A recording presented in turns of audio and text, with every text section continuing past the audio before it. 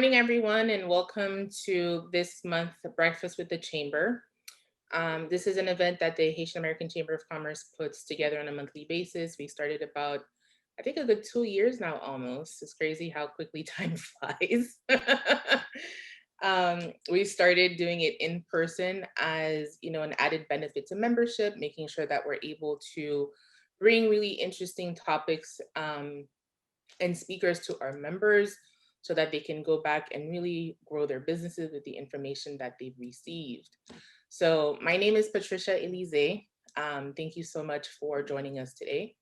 We also have some of our board members here with me today, but I'm just going to focus on our chairwoman, Paola. Thank you so much for being with us.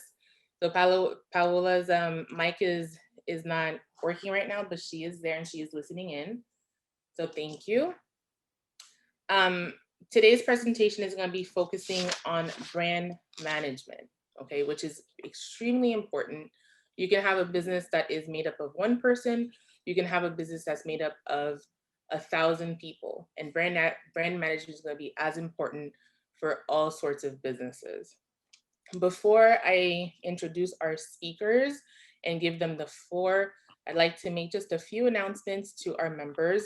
So you guys should be getting the emails on a consistent basis. If you're not, please make sure to go on our website and sign up for our newsletters so you are in the loop as to what's going on. We do have our annual membership meeting coming up on March 25th. And we have very exciting news. Hackoff has been working on actually opening up a new chapter, and that chapter is opening up on March 11th in Treasure Coast, which is extremely exciting. So congratulations to Hackoff, congratulations to the chairwoman, congratulations to everyone involved. So Hackoff is expanding, we're growing. If you guys are interested in growing with us, getting more involved, please make sure to reach out to us, go on our website, send us an email. Lastly, we are in the middle of transitioning board members. So we do have elections coming up, and the last day to make any announcements or any nominations for someone to become a board member would be March 1st. If you are interested in becoming a board member, if you know someone that would be a great fit to become a board member, please make sure to reach out to me, make sure to reach out to Paola, make sure to reach out to Dr. Lumana, or anyone on our board so that we can make that introduction. Now, with that being said, let me go ahead and introduce our lovely speakers for today. So we have Kelly and Taylor with us. So I'm going to start by introducing. So I may butcher your name, so please bear with me, but I may say it with a Haitian accent, which is okay for this presentation today. So Kelly Penton Chacon. So Kelly specializes in land use, general real estate, government, nonprofit, corporate reputation, and issues management. She manages press outreach, community building, message creation, and strategic crisis counsel for clients. Now, prior to joining Kivvit, so both Kelly and Taylor are members of Kivvit, Kelly served as vice president of the Miami-based PR firm. Previously, she was communications director for Fair Districts Florida's successful statewide campaign to pass 2 constitutional amendments. She serves as the director of communications for the city of Miami and press secretary for the city of Miami for Mayor Manny Diaz. So thank you so much, Kelly, for being with us. And we also have... Thank you, Patricia. You're very welcome. And we also have Taylor Cavazos with us. Taylor specializes in media relations, leading integrated PR strategies across real estate, arts, culture, and lifestyle accounts, leading both local and national campaigns. She helps clients with media outreach and corporate reputation management. Now, prior to joining Kivvit, Taylor led strategic development on a wide variety of accounts from global real estate corporations to prestigious cultural organizations. So some of her previous clients include Mana Contemporary, Plaza Construction, Las Olas Boulevard, City Place in Doral, and others. Thank you so much, Taylor, for being with us. And with that, please take over and you have the floor. Okay, perfect. Thank you. And you pronounced my last name perfectly, by the way. Oh, It's great. pretty impressive. Yeah. So I'm just going to go ahead and share my screen and we'll go ahead and get started. Thank you so much for those intros. Okay. How does it look? Can everyone see it? Okay, perfect. Yeah. So I can go ahead and kick things off. Thank you all for allowing us the opportunity to speak with you today. We want to approach this as a conversation. So any questions you might have, feel free to put them in the chat, or we can also take them at the end of the presentation. Patricia did a great job of introducing us and giving you our background. So I don't think I need to go into it much more. Other than to say that we are really proud partners of the North Miami CRA. I know Rasha Camo is on the call and very active with the chamber, and we've also been doing work with the city of North Miami. Two important entities that I know are integral in the Haitian community. About Kivvit, just a little bit about us. We are a national communications and public affairs firm with over 80 employees. We have offices in Miami, Chicago, New Jersey, New York, and Washington, D.C. We specialize in various areas. Among them, I mentioned government. We do a lot of work with government agencies. Also, real estate development and other types of private entities, nonprofits, and cultural organizations. We also do a lot of advocacy, not only in the Miami office, but especially in Chicago and New York. We work with a lot of labor unions and other types of organizations that do advocacy for different types of issues. So we can move on to the next one, Taylor. Great. So we can't talk about communications and share tips with you without really first saying that communications right now is very different because we are still in the throes of a pandemic. So a lot of what we're going to talk to you about today is going to be related to how to, manage your brand and manage communications for your business against the backdrop of COVID-19. And the first thing we wanted to talk about is the importance of staying on top of the news because things are changing, on a daily basis. You need to be informed to be able to be effective in communicating. And really, we're talking about communications and your brand, but for your businesses, it's also really important as well. So some of the best practices for monitoring coverage, scanning some key media outlets every morning as part of your, as part of your routine.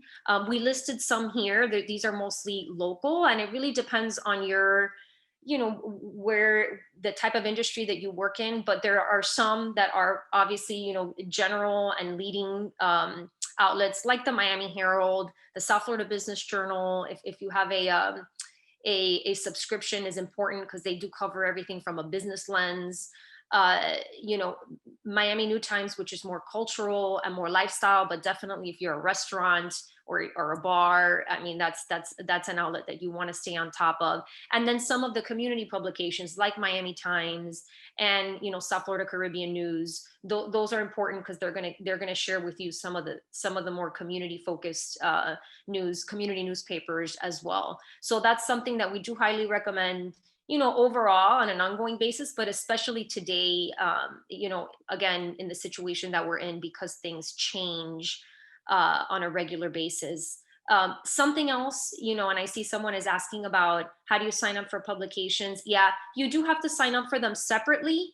There's not really an app to follow all of them, but actually that question is a good one that is a good segue into the next point, which is creating Google alerts. And that's something that anybody can do. If you have a Gmail account, you can just go ahead and create Google alerts for certain terms.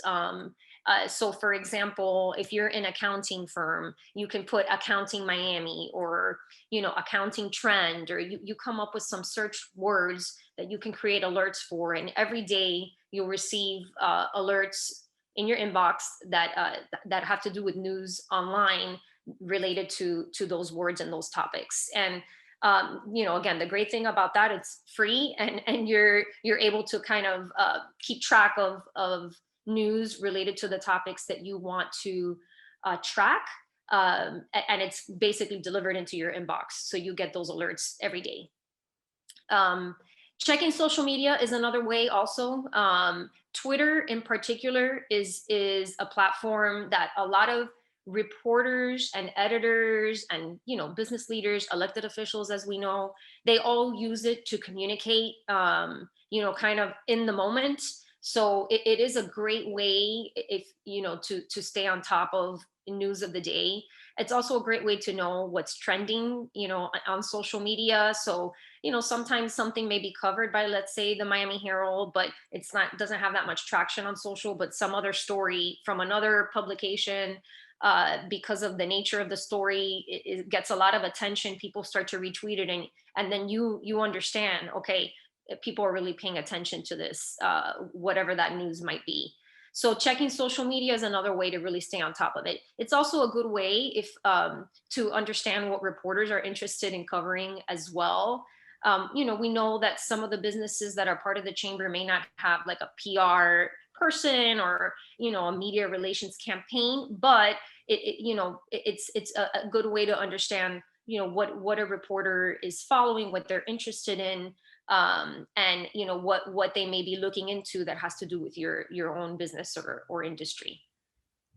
Yeah, I'll say, like, whenever we have commission meetings, we'll have the commission meeting on one end and then, just Twitter on the next, and see who's talking about it, what Google alerts are coming out of it. And that helps us like track it in real time and even see what reporters or what media are either favorable or unfavorable or how they feel. So yeah. Okay, I'm gonna go to the next one. So in terms of just overall strategies to think through and to keep in mind when you're wanting to increase or enhance your brand and communications, one is developing a plan. And that sounds simple enough, but it warrants a point for us to discuss, which is, especially now we're still within the first quarter of the year. It's a good time to take a step back and think about what's coming up in the year ahead. What are milestones that are coming up in your industry or in your business, policies that you expect to come through that impact your business, and really think about how you want to communicate about it, how you want to be proactive, and think through also what kind of tactics you want to employ surrounding those milestones and those things, those important moments that are coming up. Another, be proactive. We do, we're in the communications field. It's something we talk about a lot. It sounds a little bit like lingo, the word proactive, but it's so important. Again, if you're making a plan, you're thinking ahead and you're thinking about how you can leverage what's coming up to communicate with your target audiences, whether it be, your direct, your customers or your clients, your partners, your employees, etc. So, and we mentioned this, and we'll talk a little more about this in a little bit, is, using digital assets. You, like I said, you may not be able to, or you may not have the bandwidth or the team to do full media relations, but there are other tools nowadays that everybody can use, and digital, in the digital world in particular, such as social media, websites, emails. And with those, with your plan, you're thinking ahead, you want to be proactive and actually plan to send things out to those target audiences.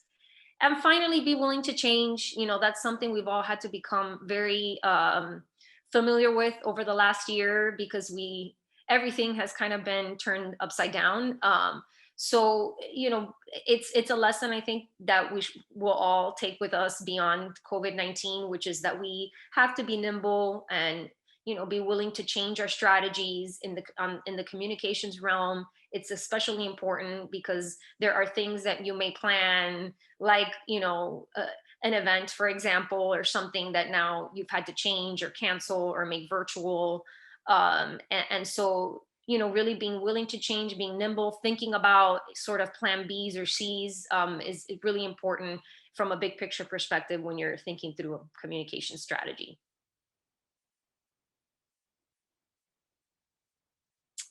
So, we mentioned this earlier, staying updated. That's really our first tip. Not only, we talked about staying on top of the news, but staying updated with what's going on with policies, you know, s- staying connected with those key government agencies like the county, the city, the state, is really important right now. There are ways to do that, by either checking the websites, by signing up for newsletters, and updates from these entities, and not only directly from those agencies, but organizations like this one. I know the chamber sends a lot of updates and creates opportunities like this one today, that allow you to stay in tune with what's happening. So, taking some time to really think about what are those key organizations, that are driving policy and are also sharing important information, and following them, signing up for their newsletters is an important step here to make sure that you're informed and can decide what you need to do, in your business to either react to it or to change, the plans that you have in place. Becoming a reliable source of news. So, this is, a way that you can be proactive. Knowing what the new policies are, like for example, in the restaurants, unfortunately have been hit particularly hard with this pandemic. But an example of how a restaurant can really employ what we're talking about here is, a restaurant owner can stay on top of what are the new regulations. Are masks still mandated? Is there still a distance requirement? At one point they couldn't use their indoor dining rooms. So all of those things that are so important, obviously, to the business. But then also taking that and using it as an opportunity to communicate with customers, clients, partners, with their database of contacts, by sharing, proactively, updates on, this is what's going on for restaurants, and here's what we're doing about it. We've opened up an outdoor area. We've distanced our tables. So becoming a reliable source of news, and then also being able to use it to share what your business is doing, in response. So clients and customers feel comfortable. They know you're on top of things. You're actually kind of sharing important updates with them, and again, you're staying in contact with them, and staying in front of them, so they know, I can go to this restaurant, or I can call this firm to help me with whatever it is that that the work that you do. Yeah, and we have kind of four main steps here. Kelly covered the first two, and just to kind of wrap up this point, when you become a reliable source of news, you also become a subject matter expert, and in that way, I believe followers, employees, customers will look towards your business, your website, email chain, social media for guidance. Two examples are, one, if you're a restaurant, at the very onset of a lot of these regulations, there was a lot of confusion on city, state, county regulations. They were differing. People didn't know, what the rules were. And through the NMCRA, we were able to share, real-time updates, new executive orders, what the restaurant should be adhering to, and best practices. And so just being able to share that information and being able to track everything and then give it back to your employees or members, just shows that you're a subject matter expert. And even outside of COVID, Kelly mentioned an accounting firm. If you're able to say when the deadline is to submit your taxes, or that this week there's help for X industry, I mean, just being able to provide resources is really important. And that can be on social media or LinkedIn, across all sorts of digital offerings, which leads us to our third point. So utilizing your digital assets. The two main ones that we have, we'll use the North Miami CRA as another example. They have a very heavy constant contact list, which is, an email newsletter where they can distribute announcements from the city, from the NMCRA, and then also they have social media. So more often than not, this presentation, we did an email blast and then we posted it on social media, and that's able to make sure that we are getting, our followers on social's attention, but also everyone in our email list. And I will say that In these unprecedented times or during COVID, it has been kind of nice because we, through Zoom meetings, have everyone's emails. I guess it was last year, you'd show up to a meeting, they'd ask you for your email address so they can put you in their database. But now I think it's a little easier because if you host a Zoom, you can collect those emails. If you host a webinar, you can collect those emails. And then that's like a real way to see who's active with your business and how you can directly reach them. A lot of times, email is the best way to contact your members or your followers or your customers directly. But in terms of social media, I know that it can seem very daunting, but here are just some, key social media marketing tips. So if we had to prioritize which accounts you should create, Instagram, Facebook, LinkedIn. Instagram's very, very photo heavy. So if you are a restaurant or an entertainment venue, that might be a great outlet for you. Facebook is very, more hyper community, more about flyers and webinars, and kind of a medium between Instagram and LinkedIn. And LinkedIn is primarily business, but also a lot of reporters do like when you share their stories on social media because they are often judged by clicks. So that's another way to, circulate stories or use social media to help like spread the news, not only about you, but, your local news as well. So just some quick marketing tips. Prioritize quality content. You don't have to post every day, but if you post really, one informative, great picture a week on Instagram, for example, that's perfect. You need to, or we suggest creating weekly or monthly content calendars. A lot of times people go to post something in the moment and it feels like a lot of pressure. Maybe you don't have the approvals. So just laying out every 4 weeks, one post a week, it becomes a lot more manageable and you don't have to think about it for the rest of the month because you already planned it out. And also continue to compile new photo and video assets. An easy way to do this is to just get your employees involved, for example. So if you're a restaurant, encourage your employees to take pictures. You can do a little promotion where if someone takes a picture and shows it to you that they posted it, maybe they get $10 off a drink or something. There are a lot of ways, but you just always need new photos. It's great for press, it's great for social media, and especially now that people can't easily go to places or as easily go to places, we see this even more important to collect that yourself. Learn about your target audience. Again, a lot of times when we're going through sharing news, we decide if we want to share it on Instagram or if we want to do an email contact or if we want to go to the press. And it's really about who do you want to reach? And just think about that, right? So interact with your followers as well, tag related accounts, use appropriate hashtags, essentially just respond to comments and again, be a source of news.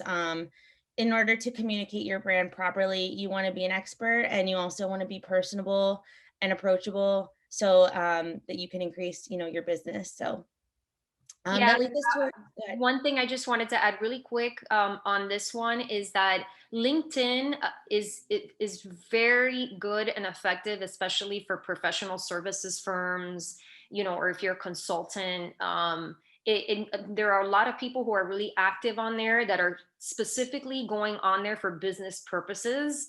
So you wanted to mention that. And also, if you ever need to recruit employees, or you want to know what's out there in terms of people who you can partner with or hire, LinkedIn is an excellent platform that we highly recommend you create your own profile on and try to check on a regular basis. You can even post articles from your own field, whatever it may be, and you'd be surprised how many folks are really active on there from a business perspective. Yeah, that's such a good point, Kelly. I graduated college in 2015, and I would say that LinkedIn has always been my first stop for job postings, posting your resume. So that's such a good point. And yeah, a lot of times too, I'll, go on to LinkedIn and see what organizations are there because you can see recent activity, their followers. So yeah, completely. And your profile also comes up very high up when you do searches. If you search for somebody's name, let's say there's a prominent attorney or whatever, oftentimes, their LinkedIn profile comes up as one of the top search results. And it really acts as an online resume for yourself as a professional. So yeah, just wanted to mention that on LinkedIn.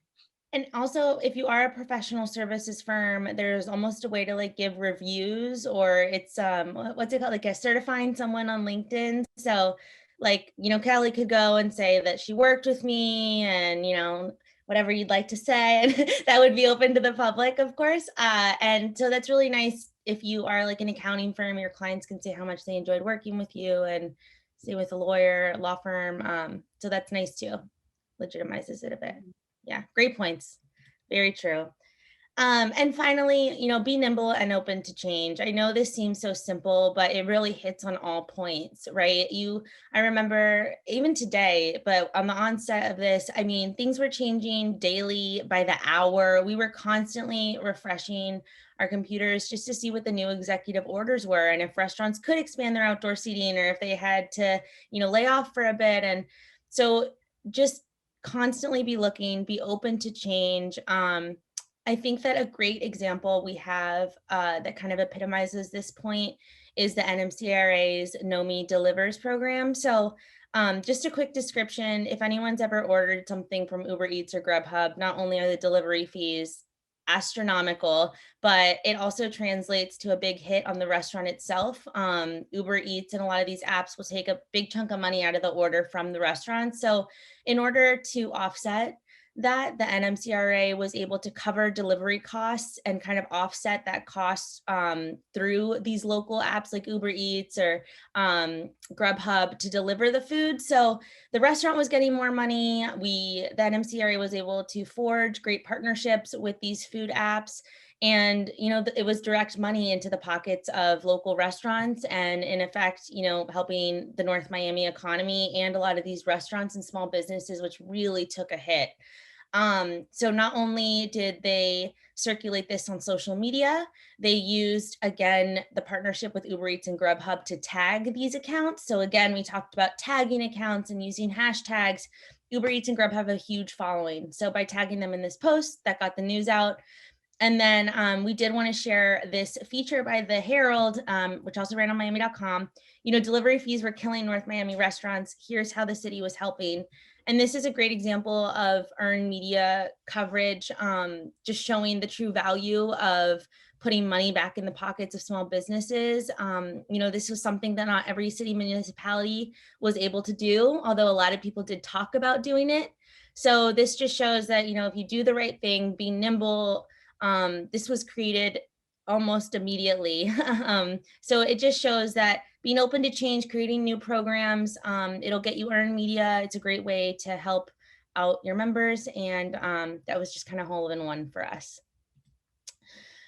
So looking forward, right? I know we've talked a lot about COVID and crisis management, but also how a lot of these points can apply to managing communications in your brand throughout the rest of the year. But to look forward, some upcoming holidays. Holidays are always a great way to show your offerings, to post something on social media, and just to show that you're active. So some upcoming holidays are spring break, the summer months. We have Independence Day and 4th of July coming up, and of course, back to school. So for example, let's say you're a restaurant. A milestone you might want to use is spring break. Maybe you are offering a discount for locals driving to your restaurant, or maybe if you are a uniform store, you're gonna really kick forward for the back to school. So you just always want to maybe increase your activity based on what upcoming holidays apply to your industry.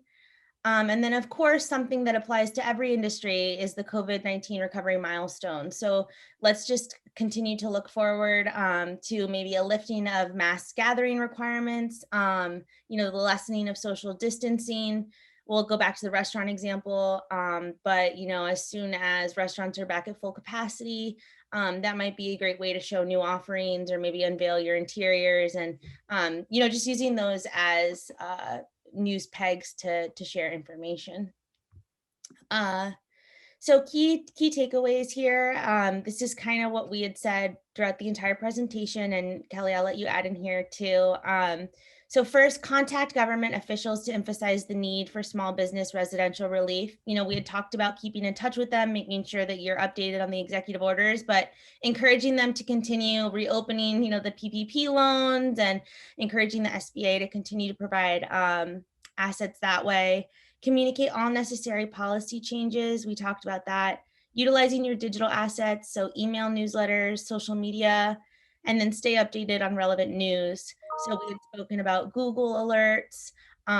You know, just another quick example is like if we work with the NMCRA, we might use North Miami, we would use Rasha Camo's name, you know, the mayor, and that way we're able to see what's being mentioned locally and regionally, and then of course nationally. It's all digital publications, so that's nice. And yeah, that's everything we have. So anything I missed on these key takeaways, or, you know, we're open for questions. If it's specifically how to sign up for Google Alert, or, you know, our thoughts on maybe something you're specifically trying to push now, we are open to any sort of questions or comments. And I'll leave this up here so everyone can see.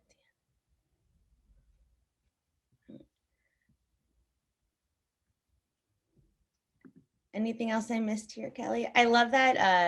Go ahead. No, I mean, I think you hit on it. I mean, I feel like the only thing to maybe, you know, underscore as a final point is that, you know, nowadays, again, there are digital assets available to everybody that you can use strategically. So your brand and your communications, you know, doesn't have to be done by a professional firm. You know, we understand that there's not always a budget for that, but there are tools that you can use effectively on your own, whether you're a consultant or you have a small business. You know, we talked about them. I mean, social media is so you know, powerful nowadays. Everybody gets their news and their information on social, you know, emails, and it's fairly simple for someone to sign up for any of the aggregate email services like Constant Contact or MailChimp, to send direct emails to like larger groups of people. So there are tools available for you out there to be able to market your business and yourself. You know, like we mentioned, LinkedIn is a great way to market yourself as a professional as well.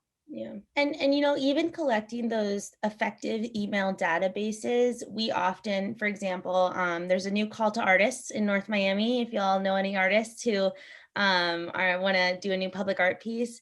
And we decided, you know, what's the best way to find these artists, right? So we started with audience identification, and maybe it wasn't social media or a story in the Herald, but it was actually getting this announcement to the email databases of Fountainhead and the Miami Foundation. And so we asked them to circulate that announcement on their email databases. And that's something I think that is appropriate for anyone to do if you see a partnering foundation or group who could help you. And then similarly, if they have an announcement, maybe they'll ask you to circulate it. So I really do think that like email databases are very important, because it shows who, I mean, if you have their email, I'm assuming they've been to a webinar or an event or have signed up for a flyer or a newsletter.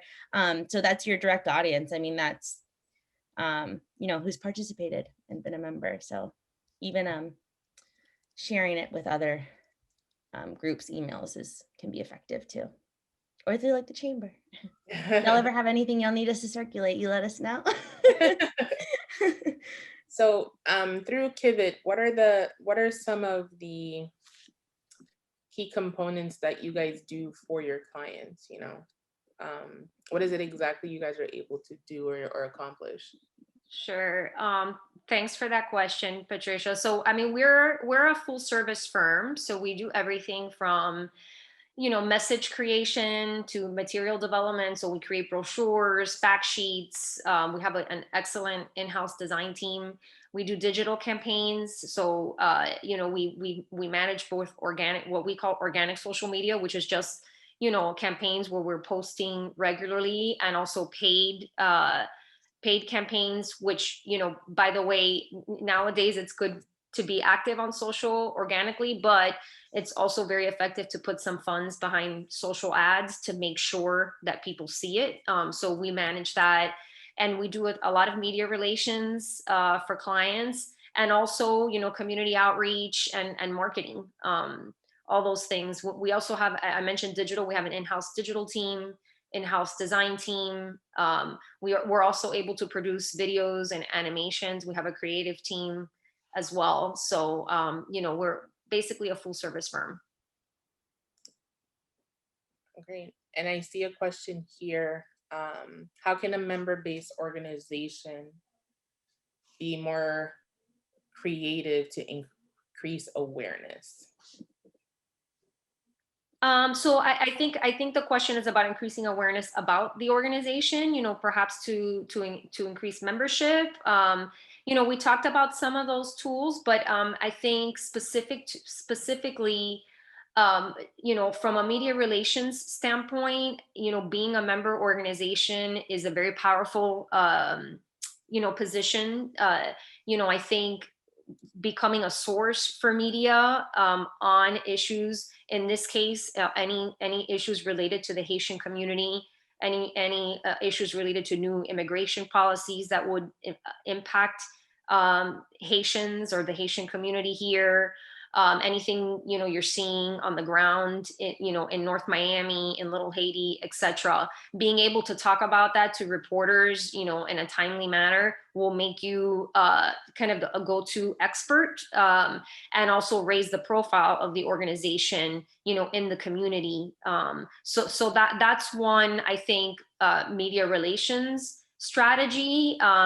You know, continuing to be proactive. I know this organization is proactive with sending emails, creating opportunities for members like this one and others like it, you know, with you know, speakers and at least for now, virtual events that are beneficial to members, you know, and continuing to do that throughout the year. And then again, being able to stay active on social media, you know, sharing information, tagging the right people, and, you know, when funds are available, also doing some you know, paid promotion on social. Those are all ways that you know, member organizations can raise their own profiles. So for small businesses, at which point would you suggest that they actually reach out to a third party instead of doing everything in-house? That's a good question, Patricia. I mean, I think it really depends on the organization, and, you know, it depends on budget too. That's an honest, you know, response. Like, you know, if you're at a point where you really have ambitious growth plans, and you know, you're healthy in terms of like your revenue, you know, I think that's a good time to look to a partner. And there are different types of, I think, communications firms and consultants. I know of folks who are you know, sole practitioners that work on their own, that can probably offer, you know, a lower fee or even project fees to do certain projects for smaller businesses. It doesn't always have to be like a full service firm like ours. So, you know, that's the short answer to your question is I do think it relies on budget. Like when you have, when your revenue is at a point and you really do have a growth plan that you're working on, and you're at the point where you can say that you can invest some money into hiring a partner to really help enhance your brand. I see that Sam has her hand up. Sam, did you want to ask a question? You have to unmute yourself first. Yes, thank you. Hi, my name is Samantha Kamdian with the Office of Diversity and Business Practices with the School District of Palm Beach County. And it's been a challenge for me when I have to reach out to a community. It's not a business or a sector, it's more of a community. So the chamber has been a great help in reaching out the Asian community, but it's been challenging. What would you recommend when it's that kind of outreach that you have to do? And thank you, and great presentation. Thank you. We appreciate that. Yeah. So you have a great question. You know, Taylor mentioned this earlier, you know, really knowing who your target audience is and who you want to reach. That really is what should guide your strategy. And, you know, I think when it comes to reaching the community, you have to understand, like, how do they get their information? You know, for the Haitian community, you know, obviously the chamber, other organizations that reach pastors and the religious community are very effective in reaching, you know, certain areas, such as, you know, the Haitian community. The African American community has a very active, you know, pastors who are trusted by residents and families of their surrounding areas. So that's something that we have worked on in the past when it comes to community outreach. So really, I think in your case, it would have to be a combination of working with partners, groups that are trusted by those areas that you really want to reach. You know, for Hispanics, traditionally, although I know it's kind of changing a little bit, you know, radio has always been very important, and there's always been a very active, you know, talk radio circuit, you know, which now is actually more diverse than it has been in the past with Radio Caracol, you know, WQBA, Mambi, all of the, you know, those AM stations that the older Hispanics really listen to, and the talk show hosts that they really trust. So that's a tactic for Hispanics. But I think, you know, you got to take a step back, you know, think about what are the communities you want to reach, and what are the sources that they trust, whether it be, again, community organizations, you know, community leaders, what sources of media they listen to, and then really focus on those sources and how you get them to share your information. Yeah, and you know, even as a good little tip, maybe a starting point, if you don't know, you know, if you have the capability or the budget or kind of where you stand in terms of, you know, the SEO on Google or media relations, is just like do a quick little Google of your competition, you know, and maybe see where they're advertising or where you see them, you know, speaking. Maybe they're in a Miami Herald article about the state of education in Palm Beach. Well, the email address for that writer is in all of their articles. So you could just send them a quick email and be like, loved your piece. You know, if you need anyone else to talk about this, I'd love to set up a call with you. Here's my information. Because a lot of times these reporters are just looking at who can give them a comment. And, you know, maybe in that article, you had a comment from that subject matter expert, but at the beginning of the article, they interviewed, you know, the head of education for Florida. And so just by that person being positioned, you know, next to another subject matter expert, like that just makes them seem more professional, makes them see like they're positioned the same way, you know, as those other subject matter experts. So if you, you know, that might be a good way just to start and see what publications they're finding effective, especially if another organization has a much bigger budget than you, right? Like if they're advertising in the Herald, then maybe that's their target audience. And if you don't have the budget, a good way is to get through an earned media or an article. So yeah. Excellent. Thank you so much. I appreciate it.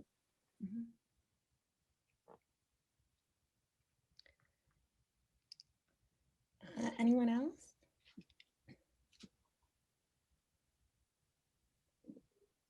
So I see a question here. So all communication method should be considered traditional and social. Is that my question? That was my question. So are all communication methods considered traditional and social?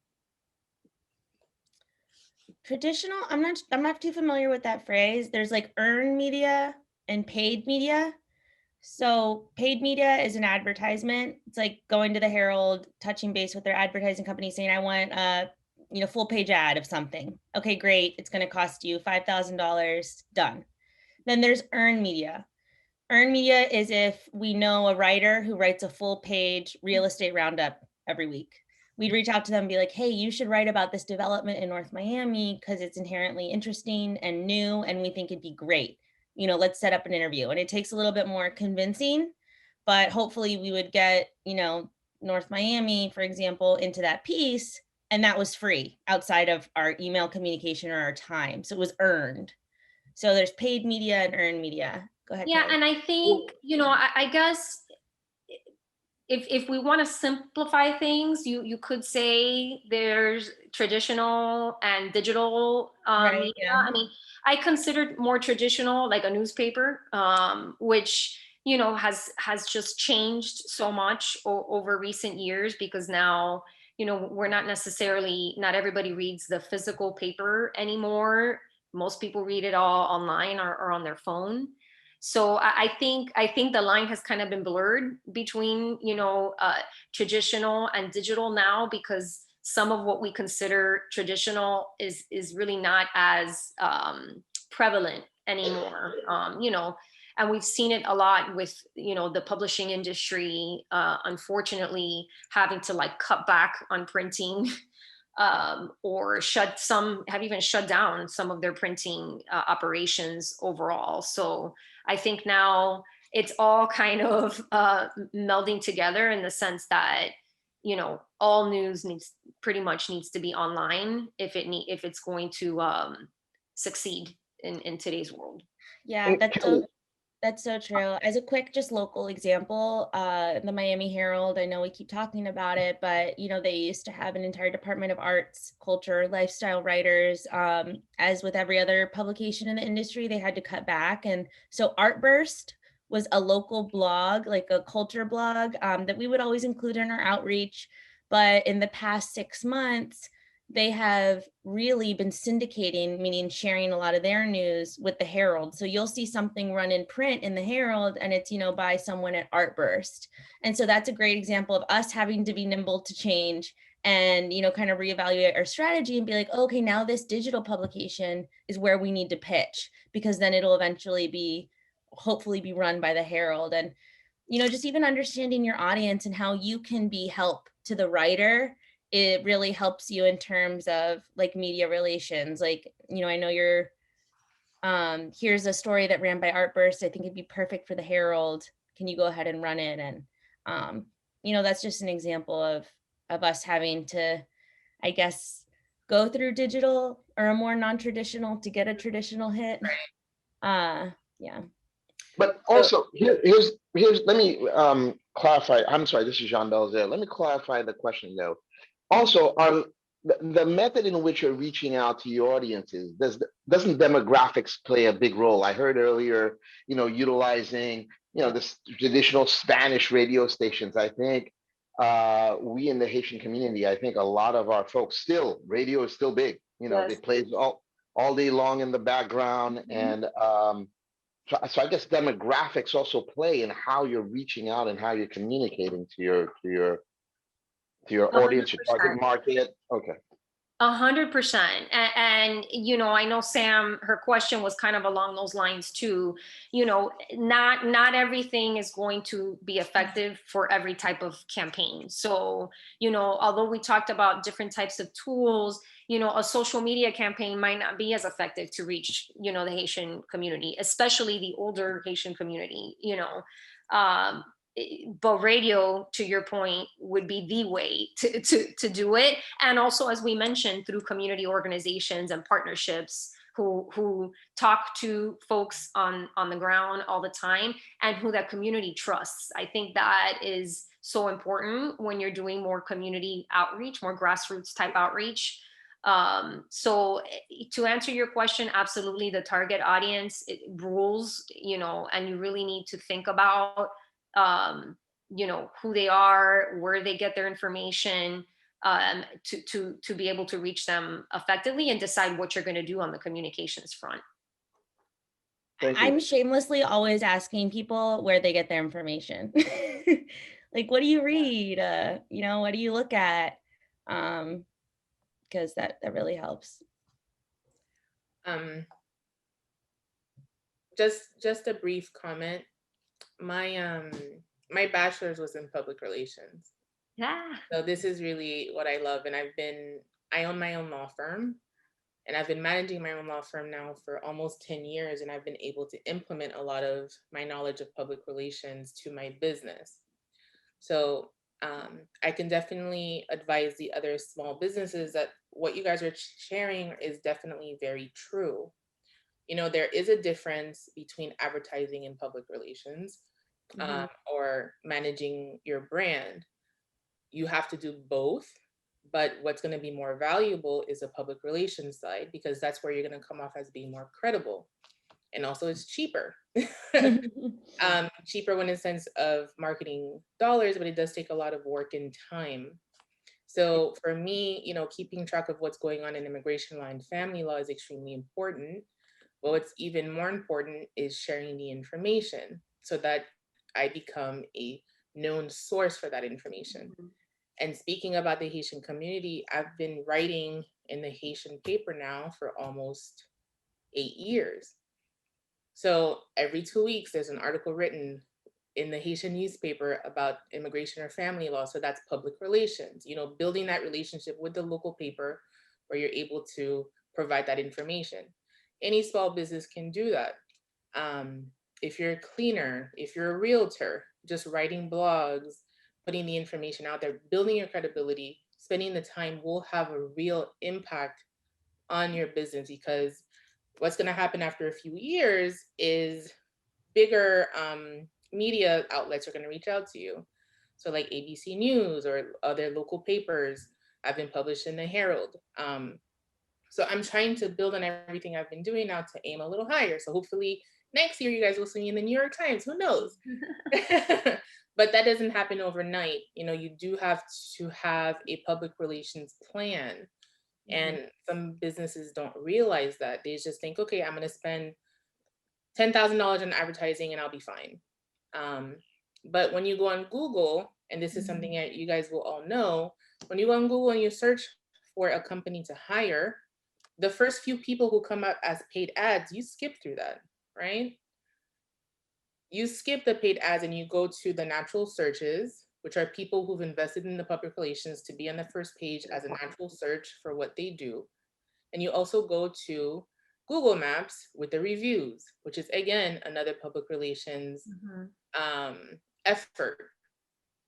So I just want to emphasize again, you know, what you guys have been sharing, but just giving an example of how you are able to implement it for a small business to really take you to the next level, and you are able to build yourself as an expert and make sure that you stand out in the community overall. Yeah, and no hit's too small, Patricia, to your point. Like, it's called the SEO, search engine optimization. And let's talk about, you know, if you're in the Herald and you just said, you know, things are looking up, right? Just a quick little thing like that. Your name being in that article will increase your like popularity on Google to the point where, you know, there's some people you just start typing their name and then their full title comes up. Like, what a dream, right?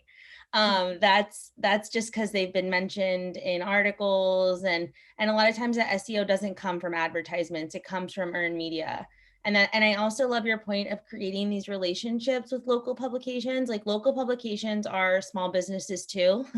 And it's very important, like, especially with a lot of Haitian radio, we approach it saying, you know, this is what we have going on. How can we maximize this? How can we maybe do a paid promotion, but then also maybe talk about other ways we can fit in your show or your social media, or again, just make yourself helpful, right? But like, Patricia, how can we help you on your immigration article coming up? You know, what are you looking for?